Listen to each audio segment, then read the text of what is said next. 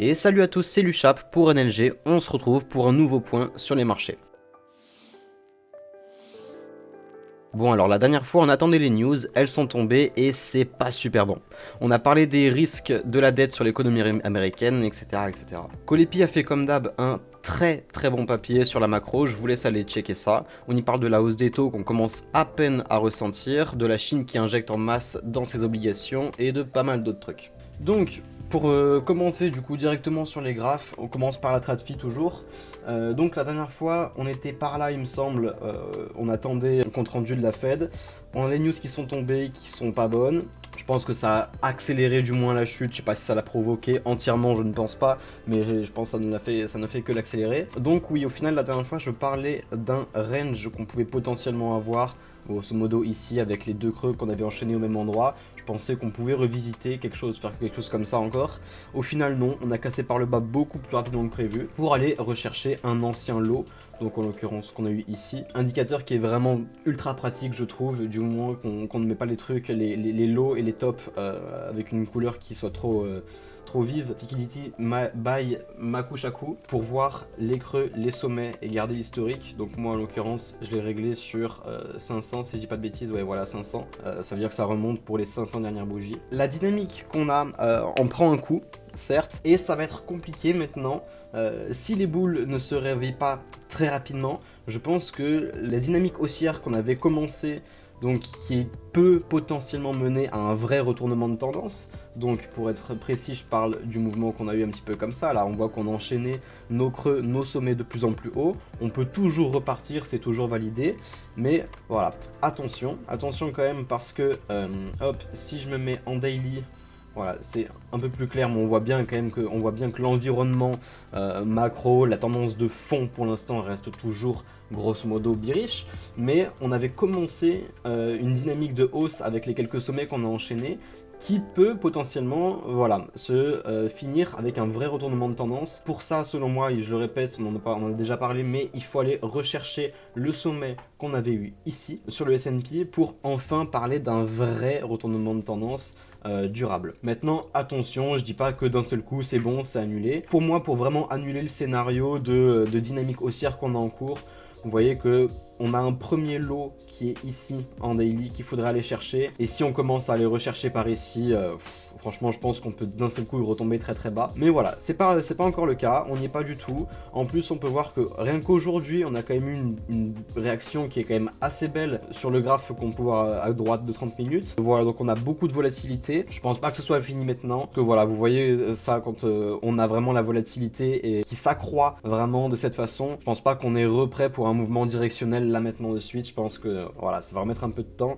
On peut aller rechercher le top encore par ici, mais voilà. Moi je reste positionné à la hausse avec la journée qu'on a eue ici. Je suis toujours à la recherche de longues en intraday, ça ne change pas pour moi.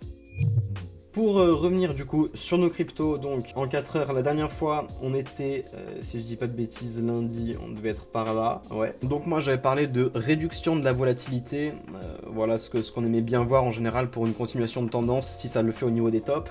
Malheureusement, comme vous le voyez ici, on a une jolie bougie rouge avec une grosse mèche qui est venue chasser le top, et ça par contre c'est pas du tout quelque chose qu'on veut voir, ça c'est pas du tout quelque chose qu'on veut voir. Du coup j'avais à partir de là, où je sais plus exactement quand, peut-être un peu après, j'avais prévenu sur le Discord que si on continuait à cracher, il y avait des endroits qui seraient intéressants à aller chercher, qui étaient surtout trouvés du coup grâce au point de contrôle. Voilà, donc le point de contrôle qui est, je le rappelle, sur le graphe de droite, c'est l'endroit, le prix où il y a eu le plus de volume d'achat-vente dans la session, donc c'est bien par jour que c'est réglé, vous pouvez le faire manuellement, mais hop, voilà. Et donc, quand on a des niveaux qui ne sont pas revisités, bah on a juste le trait qui est laissé jusqu'à que ce soit revisité. Donc moi en l'occurrence, je parlais précisément de celui-là, voilà, donc on a eu effectivement comme une belle réaction, mais pas suffisant pour aller vraiment rechercher le haut de range que je parlais. Vous voyez que c'est quand même souvent un bon indicateur de rebond, donc rebond, aimant, appelez ça un peu comme vous voulez, mais qu'on vient revisiter très souvent, et quand on vient le revisiter, on a souvent une grosse réaction du prix. Pourquoi je dis ça? Parce que c'est pas sur celui que j'attendais, la chute fut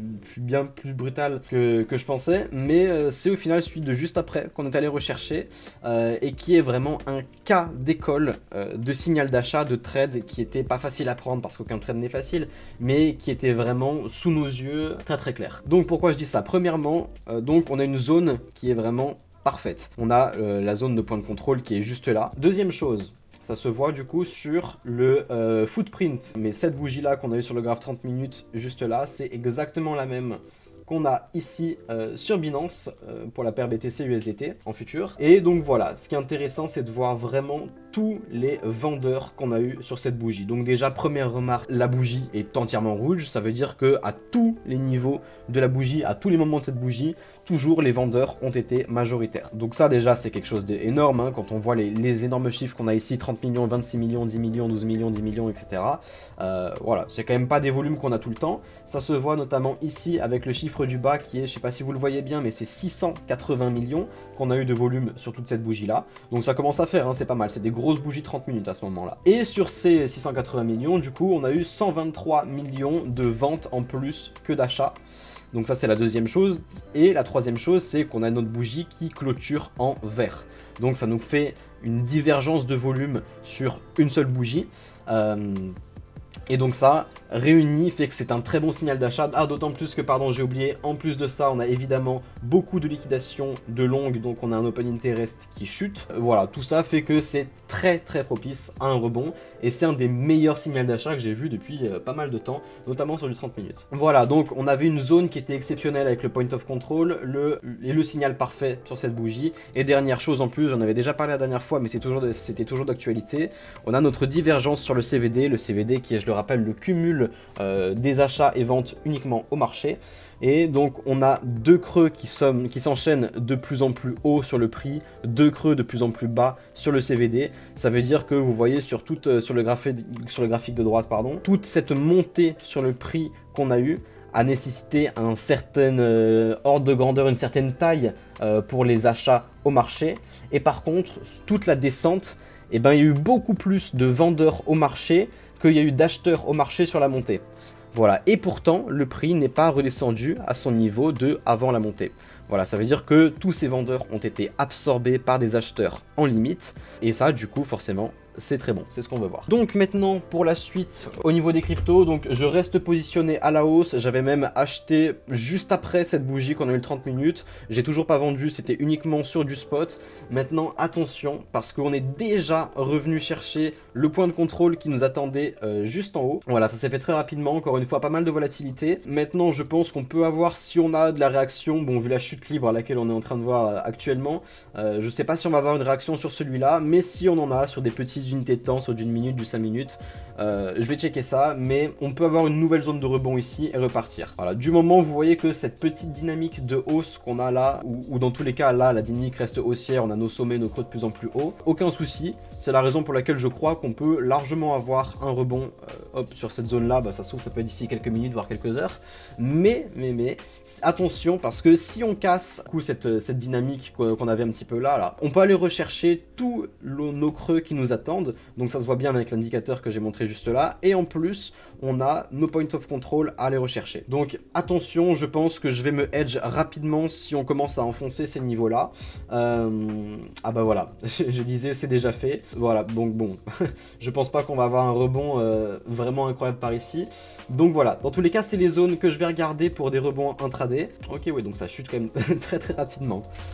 Ouais, donc on est déjà au deuxième, on va voir le troisième, mais bon, dans tous les cas, vu la gueule du graphique 1 minute, eh ben, y a pas grand chose à en attendre, hein. Donc voilà, je pense que je vais ressortir si on commence à vraiment enfoncer, je disais, ces niveaux-là, donc bon, qui peuvent se faire rapidement, mais dans tous les cas, j'ai déjà mes ordres qui sont placés, donc aucun souci là-dessus pour moi. Et voilà, on peut attendre, si on a une réaction ici, si on a un bottom qui se met en place juste là, pourquoi pas s'orienter dès à présent sur un long. Voilà, donc moi, je reste haussier, grosso modo, là-dessus, j'ai aucun souci là-dessus, je suis à la recherche de longues, je suis toujours en train d'accumuler sur mon backspot, même si peut y avoir de nombreuses opportunités pour ce hedge, notamment avec les options. On pourra en faire une vidéo dédiée si vous voulez. Alors quand même, petite précision, parce que sur le BTC, il y a quelques niveaux qui me font peur. Bon, quand je dis peur, ça veut dire que c'est en termes pour les boules, je veux dire, pour deux choses. Donc, vous voyez qu'on a deux petits sommets qui attendent d'être retapés par ici, et c'est une zone que j'aime pas du tout, parce que c'est la zone qui avait créé le premier top par là.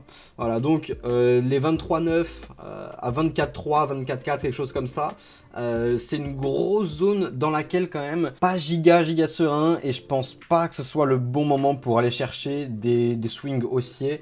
Dans tous les cas, moi vous savez que c'est très peu de swing, beaucoup d'intraday. Si on y retourne, c'est sûrement dans cette zone là que je vais essayer de hedger via les options, ou alors carrément via du short si on a des très beaux setups comme on a pu avoir avant. Mais voilà, pas grand chose à dire de plus sur Ethereum.